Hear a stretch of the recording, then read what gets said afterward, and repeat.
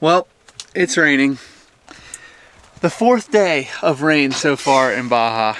We've been here for 3 weeks now, and I don't understand it. When we were in Arizona before entering Baja, it rained 3 days in a row. Our batteries almost died, and here we are now. Our batteries did die. Our batteries are basically dead. 2 days of cloudy weather. We still only have 3 panels on the roof, and our batteries are at 40%. So we're gonna pack up everything we have outside, even though it's wet, get on the road to leverage our alternator charging. But today's goal is to share with you 13 things, 13 must-haves for any Baja overlanding road trip. So speaking of batteries, number 1 on the list is a good amount of solar that you can rely on so that you don't necessarily have to leave a place on rainy days. The way we designed this van originally was to have 600 watts of solar on the roof. Now we're losing that 1 out of 4 panels. And we had a BIM isolation manager, which was a really strong alternator charger that could charge up to 120 amps at a time. But we learned that the smart alternators on the Mercedes should only be handling at max 80 amps. So with having a baby and taking it down to Baja, we didn't want to burn our alternator and be stranded on some remote deserted beach like we were in a previous episode. So we dropped down to the 30 amp Orion, which simply isn't doing enough for our big battery bank and the way that we use power with a microwave and a lot of juice for the baby. Number 2 on the must-have list is a gravity fill water inlet. Last time we were in Baja, we came down with only a city fill, and we had a tough time filling water. I actually had to swap it out here in Mexico at the Home Depot in La Paz to a gravity fill because the water purificadas, or the aqua purificadas here where you fill up water, don't necessarily have good water pressure to push through a city fill inlet. They're getting better on this trip, honestly, but you'd rather be safe than sorry. So if you have a city fill, you might want to swap it out for a gravity fill. Or if you have a city fill, you just might want to add another gravity fill as well. I would not come down here without one, especially if you're boondocking like us, because we bring extra water jugs. We have 2 5-gallon jugs that we just come here when we're camped out on the beach for a while and just fill up. So you certainly can't do water jugs with a city fill. But one option that you could do, I guess, if you were stubborn with city fill, is a 12-volt pump or a drill pump, but I don't know if the strength is going to be there to get through that city water fill inlet. So don't forget, water fill inlet, we have the little one with the key. It's nice, it works, no complaints. Number 3 on the list is traction recovery boards, and they are an absolute must. We carry both traction boards and go treads, and more likely than not, pretty much every other day you will find somebody stuck on the beach, so you don't want to come down here without them. All right, we'll see if the go treads work. Muy bien. Well, attempt number 2. They look deep. They are deep, but maybe. It's worth a shot. Jeez, you're really deep.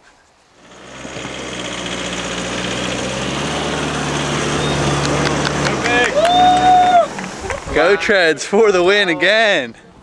Pretty impressive. That was good. Yeah, very good. Looks good. Okay. Not so bad. No, we got 2 people out. Man, I'm impressed. They were struggling. They were buried so deep, and the go treads got them out like that. Sweet. I'm so glad we have those. The 4th one has to do with a thing called topes, which are found all over Mexico, literally on the most random paths and streets. You'll pretty much run into them no matter where you're driving. So a tope is basically a speed bump, and they range in all shapes and sizes. Some are very aggressive, some are unmarked, and you're not prepared for them at all. And they surprise the crap out of you. Oh my God, he blasted it. So you got to be prepared, and one way to do that is to upgrade your suspension. Affordable option would be sumo springs. So we have sumo springs in the front and rear, and it's just a simple way to not bottom out every time you go over a tope. Here we go. It's not terrible.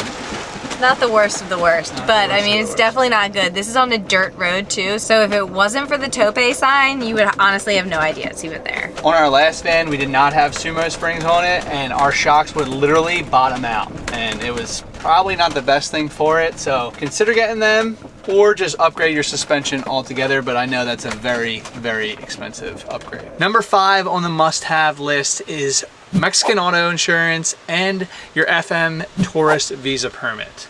Now, these two things are absolutely critical, and if you don't have them, you're traveling in Mexico illegally, so this should probably be number 1 on the must-have list, but for whatever reason, we have it as number 5. But for Mexican auto insurance, we went with Discover Baja, who is actually the sponsor of today's video. And when I was searching for Mexican auto insurance, I was looking it up on Google, and Discover Baja was actually the most affordable. And when I had a couple questions about the van, since it's not registered as a motorhome, I had to give them a call, and their customer service was really, really good. They spoke English very well, and they're based out of San Diego, I believe. So you have no problem with language barriers or whatever. They answered all my questions, and I got a annual policy. So yeah, if you're looking for Mexican auto insurance, consider Discover Baja. They have a travel club as well. So if you purchase auto insurance through Discover Baja, you become a travel club member and you get discounts on other Baja related activities. If you are looking for a group of people to caravan with, they have a Discover Baja Facebook group.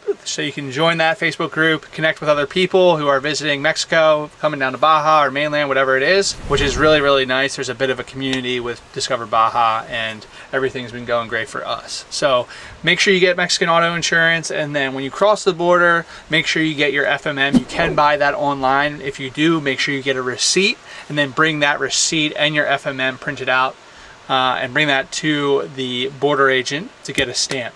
If you don't buy it online, just make sure you go into the customs office or whatever the name of that place is, get your FMM stamped, and I think it costs us $45 per person this year, and every year I'm assuming that gets knocked up a little bit. So don't forget those two things, or you could be in trouble. Number 6 on the must-have list is 2 things actually. 1, AllTerrain Tires. Here in Baja, you're definitely going to be driving on gravel, sandy roads, so AllTerrain Tires are going to be a big help for you, even if you only have 2-wheel drive. We have the Falcon Wild Peak AT3s. On the last van, we had BF Goodrich KO2s. Both tires have been phenomenal here in Baja. There's a ton of different AllTerrain tires on the market, so do your research on what will suit you, but I would probably get AllTerrain tires, even if you don't plan on doing any 4-wheel. If you have 2-wheel drive, they're gonna be very handy. In combination with your AllTerrain tires, you're definitely gonna want a nice quality air compressor. We have the Vi-Air air compressor. I forget exact which model, I'll put it on the screen here. We have it from Mobile Must Have, and this thing is a game changer. I could air up my tires, all 4, in about 15 minutes. I had a cheap one on our last van back in 2021 from Amazon, and it took like 45 minutes to an hour and 15 to fill up all 4. So definitely get a quality air compressor, because time is money and you don't want to be wasting your time filling up these bad boys. Taylor just pointed out I had a big booger, so if it was there, I'm sorry. I'm not going to do that again, so it's just going to be in the video. Okay, that took about 15 minutes, and I aired up from 28 in the front and about 30 in the back, all the way to 52 and 70. So a pretty big jump, and about 15 minutes, not that bad. So air compressor, AllTerrain tires, you'll be good to go. Number 7 on the must-have list are bug screens. We have the bug screen by the waterfall on the sliding door, as well as our back doors, so we can open up and let the breeze go right through the van, cooling it down without the worry of having insects all throughout the van. This isn't just a benefit for Baja, this is basically a benefit for anywhere you're camping outdoors. Obviously you're camping outdoors, that was a stupid comment, Kev. But yeah, there's bugs basically everywhere, so having bug screens on the back and on the slider really comes in handy. Number 8 is an awning or some kind of sunshade. Everyone knows that the weather down here in Baja is amazing, and having some sort of outdoor space along with your indoor space is exactly what you need. We have a temporary awning by Moonshade, which has been working great so far. It connects right to our roof rack, and then we just hang it over the sliding door area to create more shade, and it pairs perfectly with the bug screens. And it's even perfect on those few days where it is raining and you want to leave your doors open, but you don't want it to get wet inside. But if you don't have an awning, then an umbrella will do probably just fine. We had an umbrella on our first trip, but the awning just helps keep the van cool as well. Number 9 on the list is a blanket and some chairs for your outdoor space. There's no point in having an awning if you can't sit under it. Nobody likes a dirty sandy van, and since you're camping on the beach so much in Baja, number 10 is a brush. Get yourself one of these bad boys so you could use it to wipe your feet off before entering your van. Many places you camp here in Baja are super remote and rural, so cell reception is a bit questionable. You basically have to run around with your hand up in the air, hoping to find signal, which is not going to be reliable. So for the 11th must-have here in Baja, if you do any type of work online, you're going to want to get a Starlink. We have the 3rd generation Starlink flat mounted on the roof. We had the 2nd generation, but it went kaput when condensation got in it, unfortunately. But long story short, we are able to upload our YouTube videos every Tuesday. Thank you to our Starlink, because without it, we'd have to go drive into town to a coffee shop or somewhere to find local Wi-Fi to upload. So Starlink comes in super handy, and I don't think there's another place where you're going to see so many Starlinks. Literally 60% of the vans here have Starlinks. Number 13, the last thing you're going to want to bring to Mexico is pesos. Pesos is the currency here in Mexico, and you can exchange for US dollar, or if you're Canadian, Canadian dollar, or if you're European, the euro. It's pretty easy to do, but if you have an international debit card like we do with Charles Schwab, then we can go to any ATM here and just withdraw from our checking account, and we won't get hit with international ATM fees and surcharges, which is really nice. But yeah, I would just, as soon as you cross the border, get some pesos, because when you fill up with water, you're gonna need to do so in peso with pesos. Maybe they would accept US dollar, but you're probably gonna get hit hard with the exchange rate. So yeah, don't forget, get pesos as soon as you can. So when you wanna buy a little street vendor food or snacks or water, you'll have some and you're ready to go. One bonus thing if you drive a diesel. We have a Sprinter van and we need DEF, diesel exhaust fluid. If you have a diesel truck that's more modern than I think 2006 or 7, you're gonna need DEF, and you're gonna need to...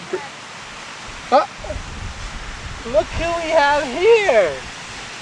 Hello! You want to be in the video? Say hi to the camera. Say hi. Say hello. We're talking about diesel exhaust fluid. Now you need to have that.